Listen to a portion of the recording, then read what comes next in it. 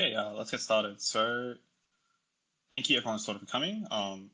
My name is Lawrence. I'm currently running business development here at Perpetual Protocol. And today we have Jan from Solv. So, could you briefly introduce yourself as Hello. well as sort of give a brief introduction to Solv as well? Thank you, Lawrence. My name is Yan Meng, and you can call me Mike. It should be easier for you. And I am one of the three co-founders of Solv Protocol. And the other two is Will Wang and Ryan Cho. And yes, we started this project last October, some 14 months ago. And before that, I actually had been in the involved in the crypto industry for 5 years. So I did a lot of evangelism training, education, and consulting work in China. Um, and before that, I was an IBM employee. Yeah, basically this is me. And Solv, give me. I would like to give you a quick introduction what Solv protocol is. First of all, it's a DeFi protocol. Then it's focusing on a new type of crypto asset. We call it financial NFT. So Solv is about two things. First, help users to create and customize various types of financial NFTs. The second is that we build a decentralized marketplace to enable users to trade this financial NFTs with the best experiences. Yeah, that's basic what we are doing.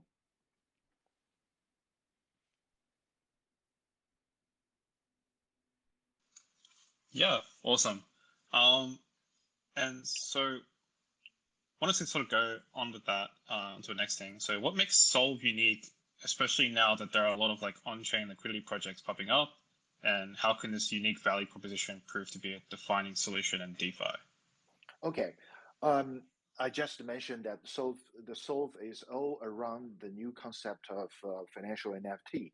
So if you understand what a financial NFT is, you will learn what the uniqueness of Solv. So let me introduce the concept of financial NFT. So financial NFT is a special type of NFT that represents a variety of financial instruments. So, virtually any type of financial instrument we can imagine can be implemented in financial NFT in the form of financial NFT. So, vesting voucher is just the first type. It's just the first product that we build officially to demonstrate the power of the concept of this new type of crypto asset. It's a little bit like a magic envelope. The tokens are locked, but and managed by a time lock programmed into that NFT. So very interesting. But this is only the first type. We can also build, say, I have a new acronym called DTF. So it's equivalent to ETF. It's DEX traded funds. We can put multiple types of crypto asset, say tokens, into an NFT. So it's an NFT is equivalent a portfolio, a tiny fund. You can say we implement a fund in an NFT. So there is an Australia based partner are doing this and under Solv's support, and we can implement commercial papers, insurance policies, leasing agreement, bond options, ABS, MBS, many more. More types of financial NFTs, and you can clearly see that if we can build all this into DeFi sphere, the DeFi market can be greatly enriched. So I think this is the unique point of Solv. We are actually building new types of crypto assets and develop a new market for DeFi. Yeah.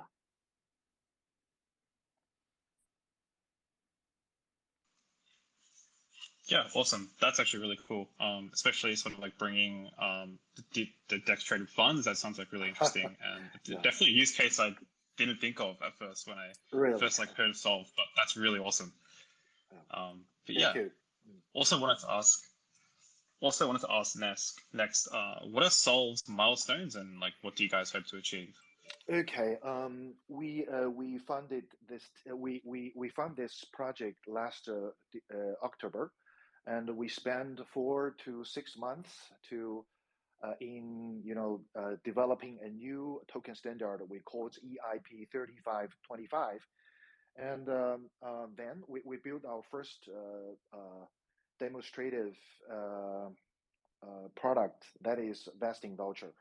Um, uh, and it has been running for 5 months, and we just launched our IVO this Monday, and it was very successful. And we also will launch our second product. We call it convertible voucher. In Solv, voucher means is our name of financial NFT. So the second product will be launched in by the end of this year, or early next year. I mean January. We will be no later than January, and we also successfully raised two rounds of fundraising, and our investor includes some of the prestigious institutions like blockchain capital, like Gumi, like Suffermian. So so far, I think we're doing good. Yeah. Yeah, awesome. And I think you briefly touched on uh, like other voucher products you guys will be offering soon, such as the convertible voucher. But Mm-hmm.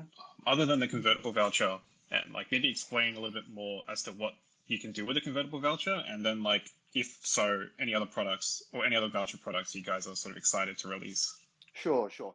Um, I think to answer this question, I would like first to introduce what on earth the vesting voucher and the convertible voucher is, so that you can understand the general idea of this financial NFT and so-called voucher. Okay, what is vesting voucher? The vesting voucher is actually a special type of financial NFT.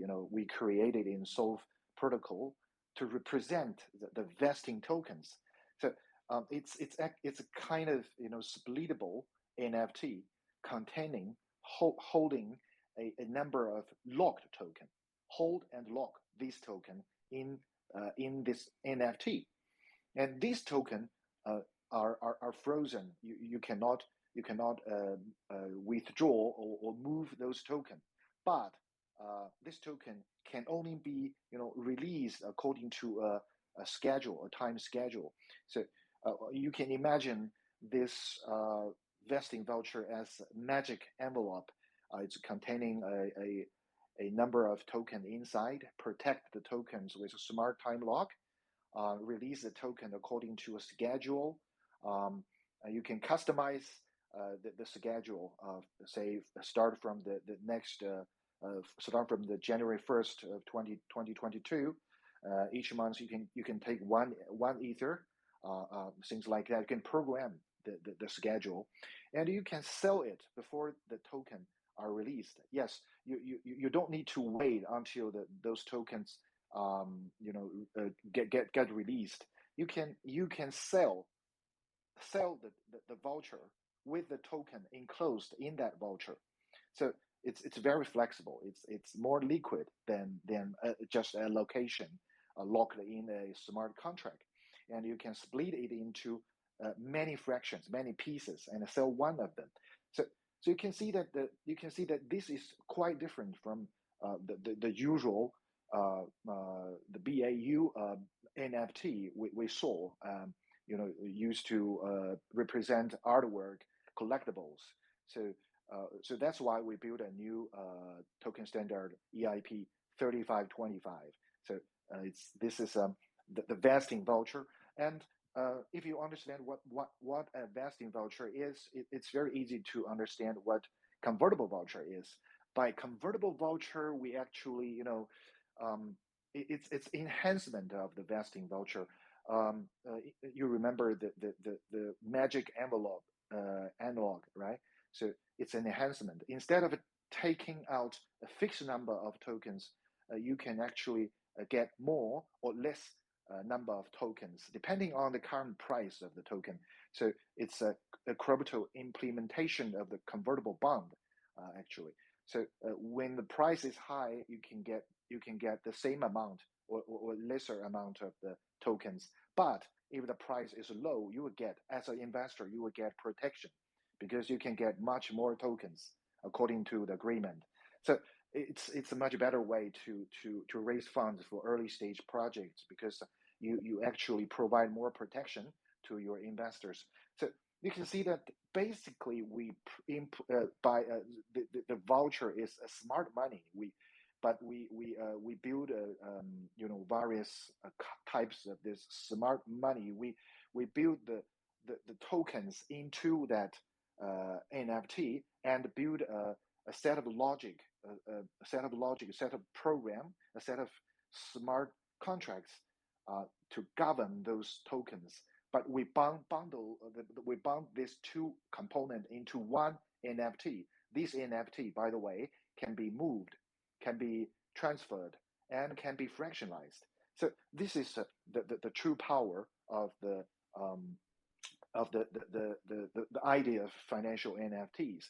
So if you understand this, I think we can imagine many new types of financial NFTs. I just mentioned the DTF, right? DEX traded fund. Instead of putting only one type of tokens, we can put multiple type of tokens. Be one Bitcoin, 10 ethers, and maybe 20 Solana, and maybe 200 ADA. You can put multiple types of tokens into one NFTs. This is a very powerful idea. And also, we can build a leasing agreement into an NFT. For example, if you have a laser sword, you buy a laser sword, and as a laser sword NFT, it's an equipment, it's a weapon, and you can use this weapon to play in a metaverse game. But you don't have time. You have a lot of money. You buy a very expensive, powerful laser sword, but you don't have time to play to earn. But you can lease it to me. I have time and I have the skill. I can win a lot of money. But if you lease that sword to me in a ERC 721 form, you actually transfer the ownership to me. So then I will dominate the deal, right? So I can, if I'm a good guy, I will pay you the rent. I will share with you the money I earned. But if I was an evil guy, I can refuse to pay you the rent. I can refuse to return the weapon to you, the lesser sword to you. So how will you do? You can do nothing, right? Because it's actually an ownership transfer.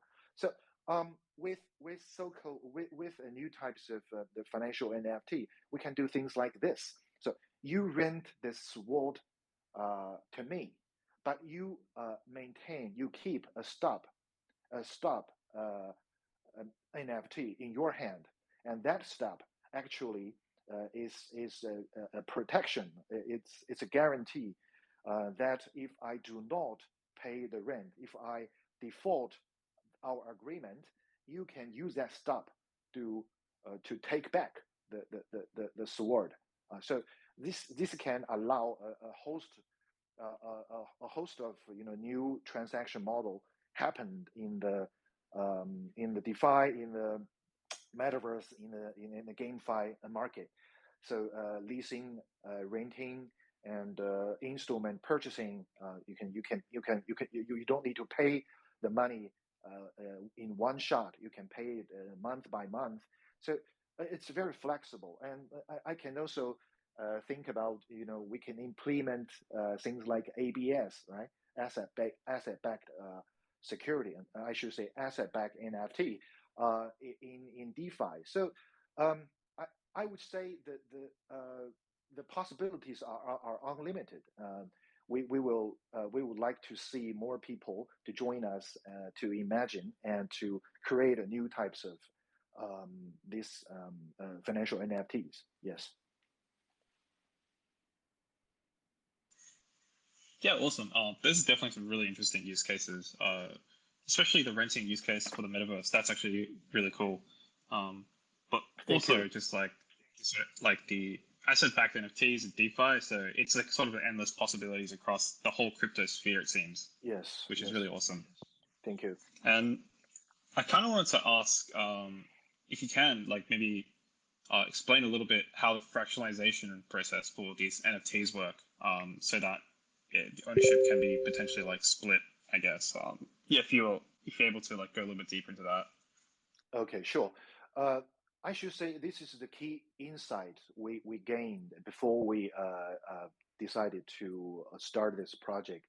I was a long-term crypto asset researcher before I start the Solv protocol. And last summer, when the DeFi, got boomed, I spent 2 months in researching um, the new possibility, the new opportunity in DeFi, and I together with my two co-founders noticed one interesting problem. That is, in traditional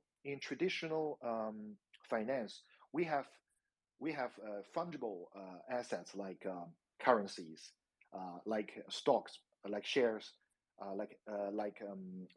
those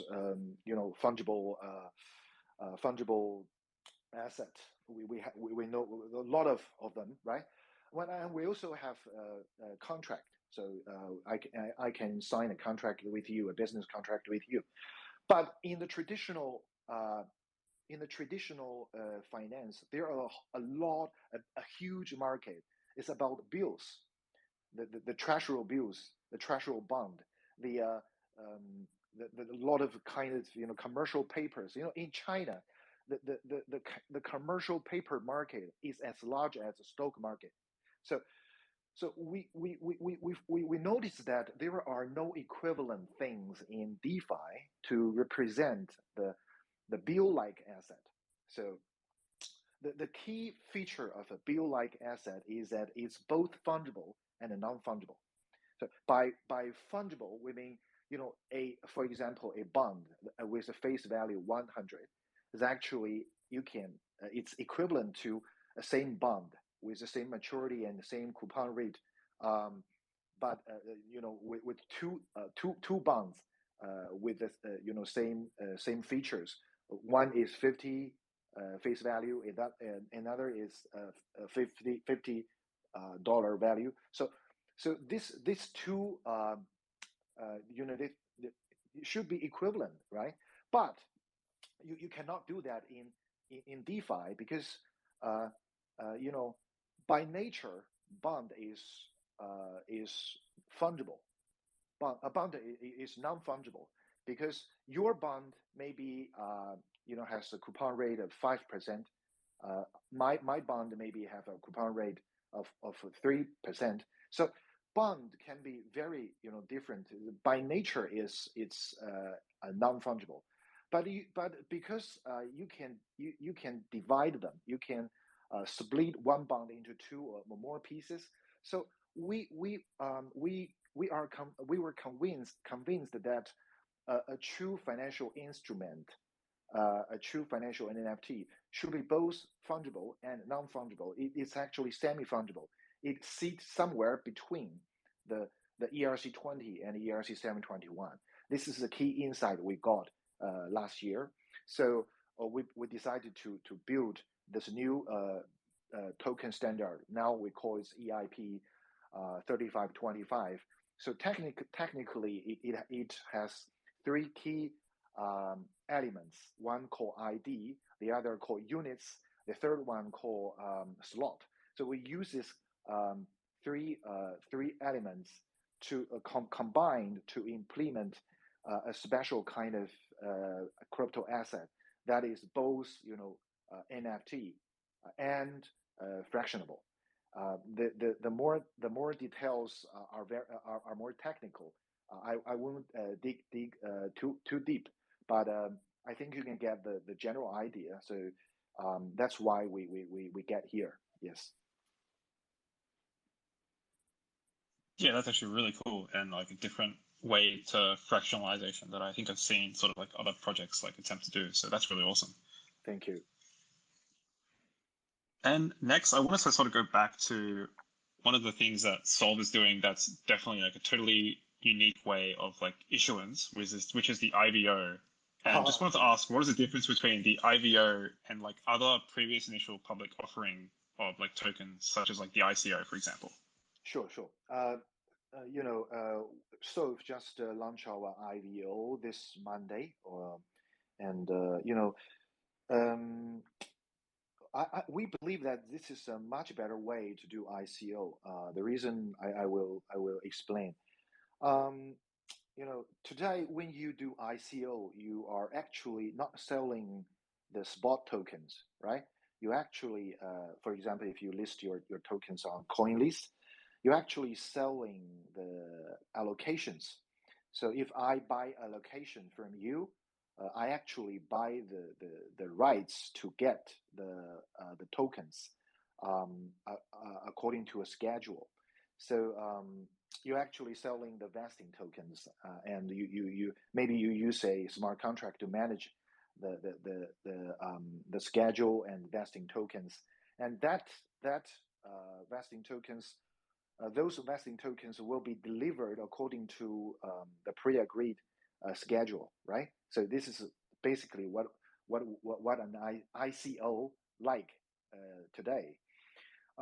Actually, IVO is something very similar, but we use a vesting voucher to do exactly the same thing. Just we enclose the vesting tokens in this fractionable NFT. We call it a financial NFT, as I explained before. So for users, these vesting vouchers are much more liquid than allocations, right? You can sell the vouchers before the tokens are released, right? And because the vouchers is fractionable, so you can even sell a fraction of the vouchers if you don't want to sell it all. So this is very friendly to the investors. He will not they will not need to hold idly to wait for the release of the tokens. They can sell their allocations before the tokens get released. So we think it's better. It's a better way for the investors, but it's also the better way for a project team because first you can easily manage the liquidity.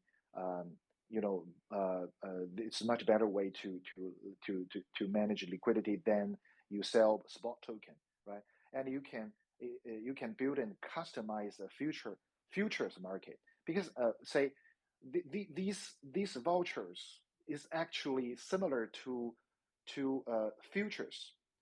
You don't need to begging.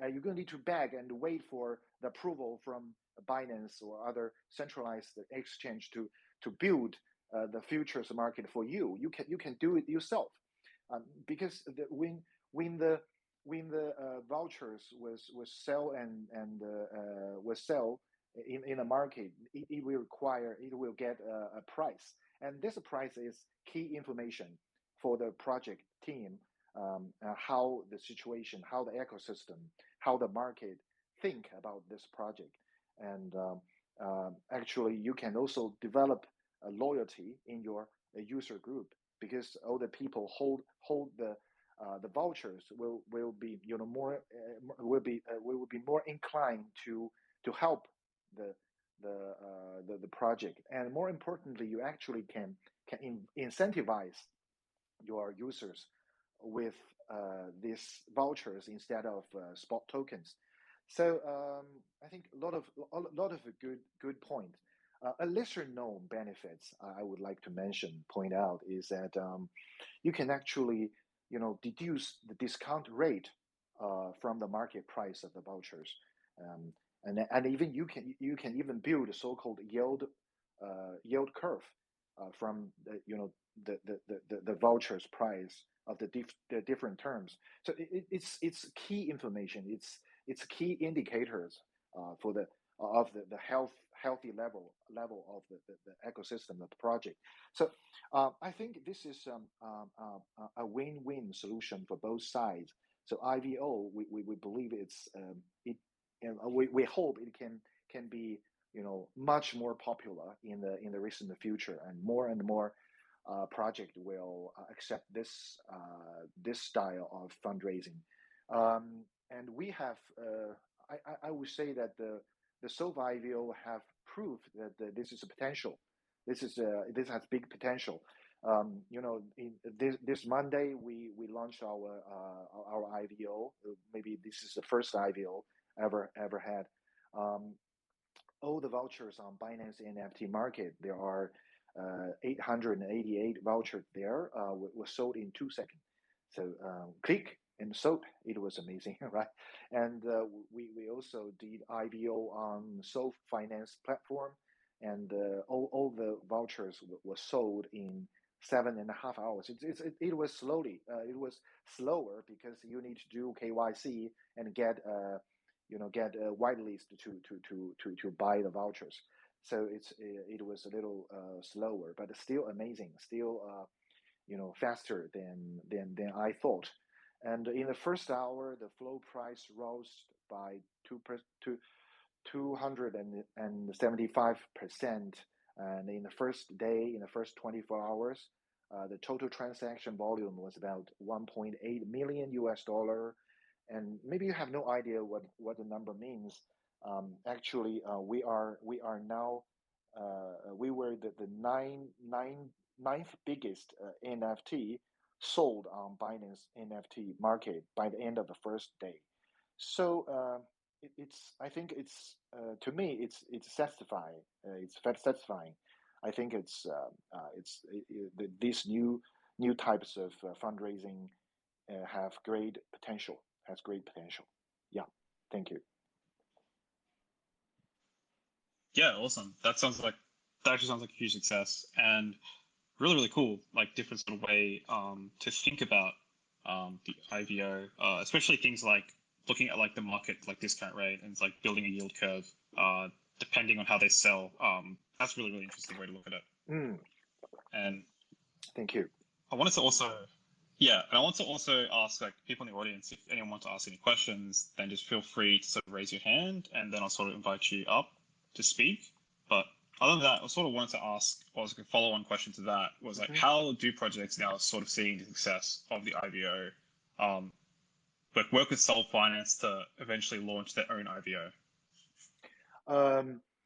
We will help our partners to launch IVOs. We will build Solv as an open platform and a conducive environment for our partners, for every users, individuals to build their favorite type of financial NFTs.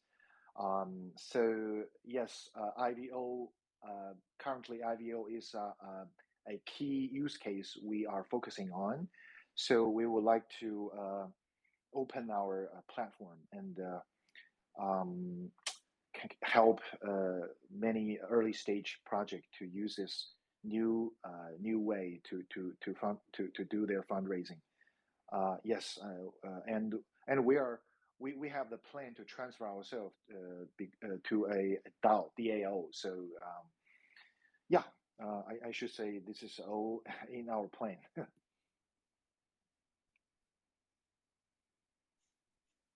Yeah, awesome. Definitely really, really interesting. And I think a lot of projects will potentially be looking at using IVO as a way to sort of launch their project. Yeah, yeah, I agree.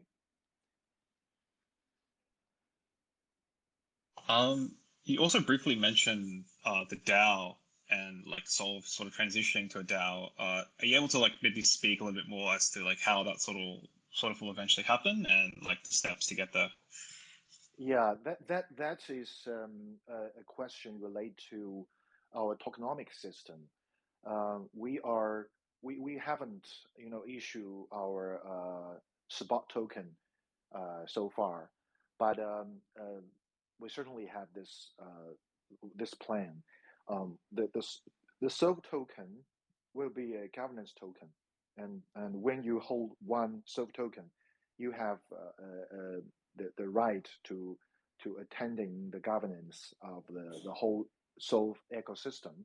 So we'll transfer the governance of token of the Solv protocol into a DAO style. And also, the Solv token is a mining token. So actually, we have the second token in the we will have the second token in the ecosystem. Currently, we call it eCube. eCube, yes, and it's actually a currency in our ecosystem. You can use it to pay the gas fee. You can use it to pay the transaction fee. You can use it to buy NFTs to do a lot of things. But all this eCube will be mined by a stacked by some stacked Solv token. So we would like to we would like to build a vivid token system, tokenomic system, and to entitle our token holders the I should say the political rights to make decision in Solv protocol. So this I know this is only the very first step of building a strong and cooperative DAO, but I think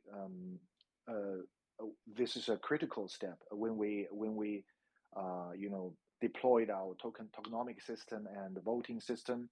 I think we will inevitably step towards a DAO organization. Yeah.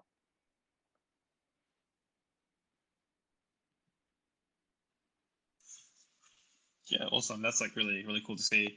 It's definitely really interesting that there's like an introduction of the like a mining token that sort of comes with staking Solv and how that can sort of be used within the Solv ecosystem to pay for transaction fees and gas fees as well as to buy NFTs. That's really awesome. Yeah, it's a special tokenomic system I designed for Solv protocol, and I cannot say it's brand new because I was inspired by some other tokenomics design, including famous Olympus DAO, but we actually try to balance the two different requirements of the tokenomics. One is to reflect the the I should say the voting, the governance power, and people want to get want to make money, make profit from the appreciation of the tokens. The other is that when we are in a real utility real economy, we would like to keep the price, keep everything stable, at least not that fluctuating. So I think that's why we would like to have a dual token system. We would like to balance between the appreciation and the stable. Yeah.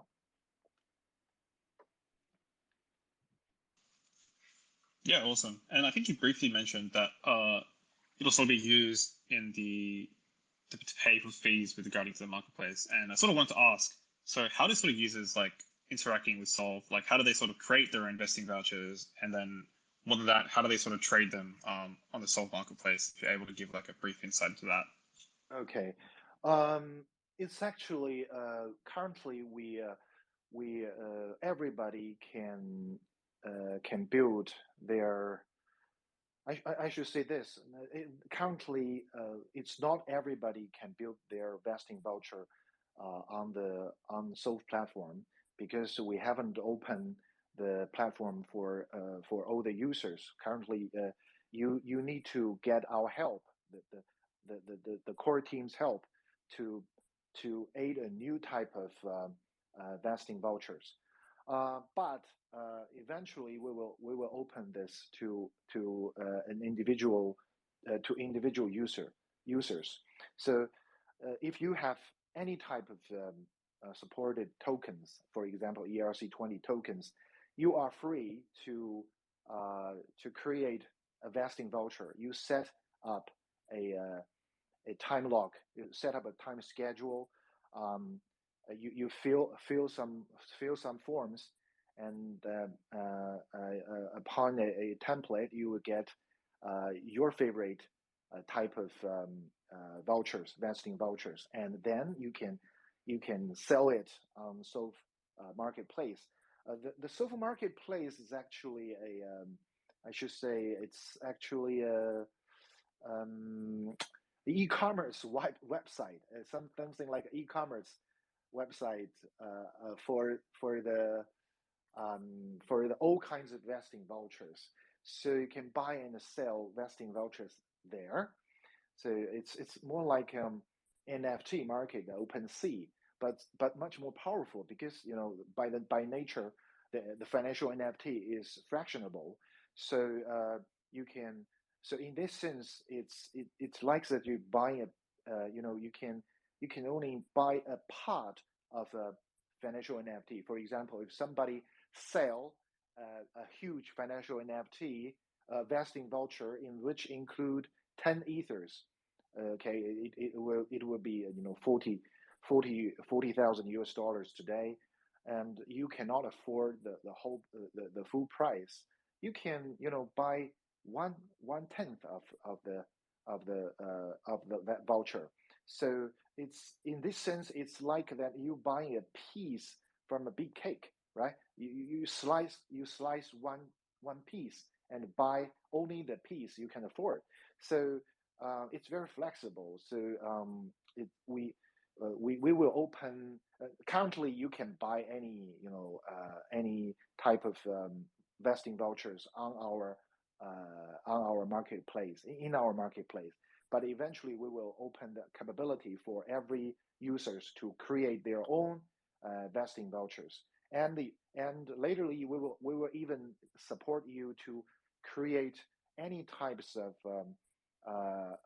financial NFTs you like. We will provide maybe a few tens of templates, so that you can create the vesting vouchers, the convertible vouchers, the leasing agreement, the DTF, anything you like. I believe that maybe we only 10 to 20 different templates can support 80% of different 80% of the crypto asset trading patterns. This is my bold estimation, but let's see whether it is true. But if that is true, then I think eventually Solv will become an open platform that everybody can build their vesting voucher. Their financial NFTs, and to enjoy the great power and a great power of blockchain and the smart contract technology. So I think this is our vision. Yes. Yeah, that's definitely really awesome. Especially sort of like eventually giving users the ability to create their own sort of financial NFTs with Solv for so many different use cases, like whether it be metaverse things, so like potential like renting out like metaverse items, to like the Dex traded funds, like, and even just like the vesting vouchers and convertible vouchers. Like that's just really cool. Yes. Thank you. And just wanted to ask, like, if anyone in the audience has any questions, just feel free to sort of like raise your hand, and then I'll sort of invite you guys up. And yeah, if you have any questions for Jan about Solv. I think that's pretty much yeah, I think that's pretty much time though. So yeah, thank you for everyone in the audience for coming today, and a special thank you to Jan from Solv for coming for the AMA, and like really great chat and learn so much about Solv as well. Thank you very much. Thank you, Lawrence, and Yeah, thank you. thank Yeah. you, everybody.